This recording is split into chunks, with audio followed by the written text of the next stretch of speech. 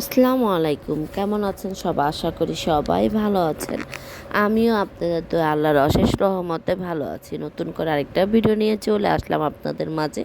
আর অনেক দিন পর একটা ভিডিও নিয়ে চলে আসলাম। ঈদের কেনাকাটা করতে আসছি। মানে যেহেতু ঈদের কেনাকাটা আমি একটু শেষের দিকেই করতে আসছি। আর মেয়েকে নিয়ে চলে গেলাম বসুন্ধরায়।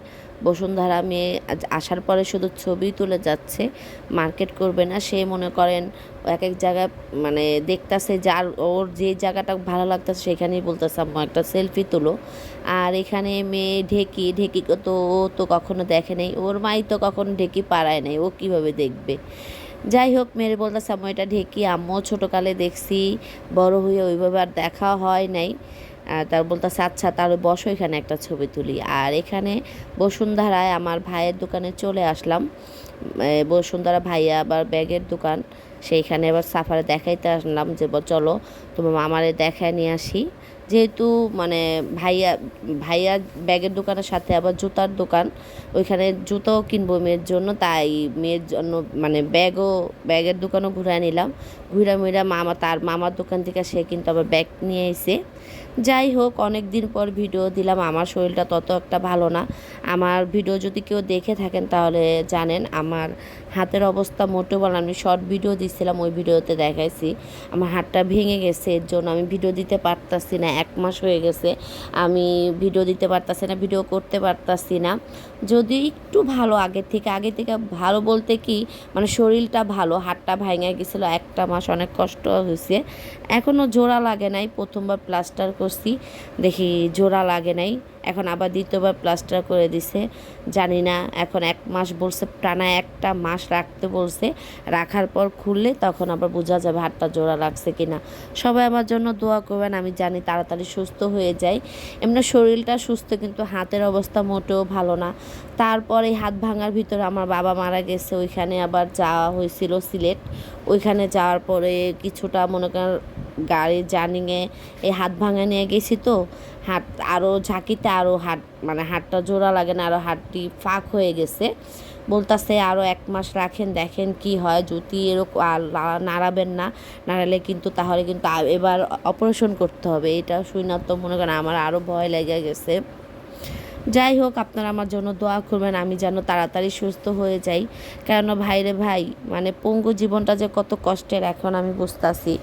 কেননা একটা একটা হাত মনে করেন এটা থাকা না ভাঙা গেছে, এটা তো কোনো আমি কোনো কাজ করতে পারতাছে না, প্লাস্টার করা মনে করেন এটা থাকা না থাকা সমান কথা। এখন বুঝতেছি যাদের হাত নাই পা নাই তাদের যে জীবনে কত কষ্ট, আমার হাত ভাঙাতে আমি এখন বুঝতে পারতাছি, মানে আমার পঙ্গু জীবনটা আমি এখন বুঝতে পারছি আমার যে কেমন কষ্ট হয়, সেটা একমাত্র আমি জানি আর আমার আল্লাহ জানে।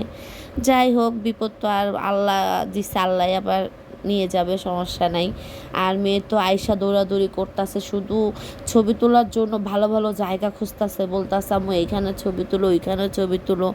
আমার হাত ভাঙা, আমি কিন্তু দৌড়ায় পারতাছি না, তবুও আমি ওর সাথে একটু ওদের জন্যই তো মানে সব মানে মেয়ের জন্যই সব, যেহেতু আমার একটা মেয়ে, ওর আনন্দটাই আমাদের বড়। ওর মার্কেট সবসময় আমি 10-12 রোজার ভিতর করে ফেলি, কিন্তু এবার আমি একটু দেরি করে করছি, মনে করি 20 রোজা 21 রোজায় মনে হয় ওর মার্কেটটা আমার করা হয়েছে। যদিও আসছি দুপুর দিকে, আইসা দেখি বসুন্ধরা তত একটা ভিড় নাই, যেতে যেতে সন্ধ্যা হয়ে গেছে, মানে মাগরিবের আগে বের হয়ে গেছি, কিন্তু মার্কেটে তত একটা ভিড় পাই নাই, ভালোই হয়েছে, তত একটা ভিড় পাই নাই। যাই হোক আপনাদের সাথে শেয়ার করলাম, মেয়ের কেনাকাটা করতে আসছি আর সেটা আপনাদের সাথে শেয়ার করবো না সেটা কি হয় বলেন। আপনার ভাইয়া, আমি, আমার মেয়ে আর আমার ছোটো বোন, আমরা এই 4 জন, মেয়েকে নিয়ে 4 জন কেনাকাটা করতে আসছি, আপনাদের সাথে সেটা একটু শেয়ার করলাম। যে বসুন্ধরা আসছে, এই যে দেখেন মানুষ কিন্তু তত একটা নাই। আমি তো ভাবছি ভাইরে ভাই অনেক ভিড় হবে, হাত ভাঙা নিয়ে মনে কষ্ট হয়ে যাবে, দেখি না মানুষই তো নাই, ভিড় অনেকটাই কম। যেহেতু বসুন্ধরাও কিন্তু অনেক ভিড় থাকে, সেই তুলনায় কিন্তু একেবারে ভিড়ই নেই, একেবারে অল্প ভিড় আছে। আর মেয়ের জন্য তো ছবি তোলা দেখছেন, মেয়ে এখন বলতেছে আম্মু চলো মুভি দেখে আসি, মুভি দেখে তারপর বাসায় যাব।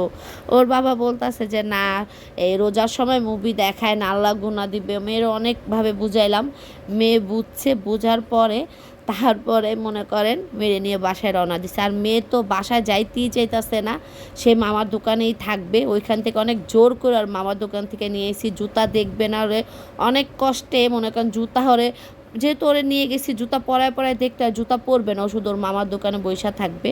ওর মামা ওরে কোলে করে নিয়ে এসে বুঝায় তারপরে জুতা কিনাইছি। মেয়ের কেনাকাটা শেষ করছে, আমরা কিছু কিনি নাই, মেয়ের জন্যই সব কেনাকাটা, মেয়ের জন্য কেনাকাটা করছে। আর আমি তো পঙ্গু, আমি কি কিনবো, কিছু কিনার নাই। মনে করেন কতগুলো সুতির জামা বানাইছি, পিছনে চেন দিয়া, যেহেতু চেন ছাড়া এখন পরতে পারতাছি না, সেই জন্য চেন দিয়া সুতির জামা বানাইছি। এইটা দিয়ে ঈদ করবো, যেহেতু হাত ভাঙা ঈদ মাটি, এখন এই হাত ভাঙা নিয়ে পঙ্গু জীবন নিয়েই মনে করেন আমার যতদিন ভালো না হবে ততদিন আমি এই জীবন আমার এইভাবেই কাটাইতে হইব। তাই কেনাকাটা করে আর কী লাভ। তাও ওর বাবা বলতেছে পাঞ্জাবি দেখতেছে পছন্দ হলে নিবে। আর ভিডিওটা এই পর্যন্তই, সবাই ভালো থাকবেন, সুস্থ থাকবেন, আল্লাহ হাফেজ।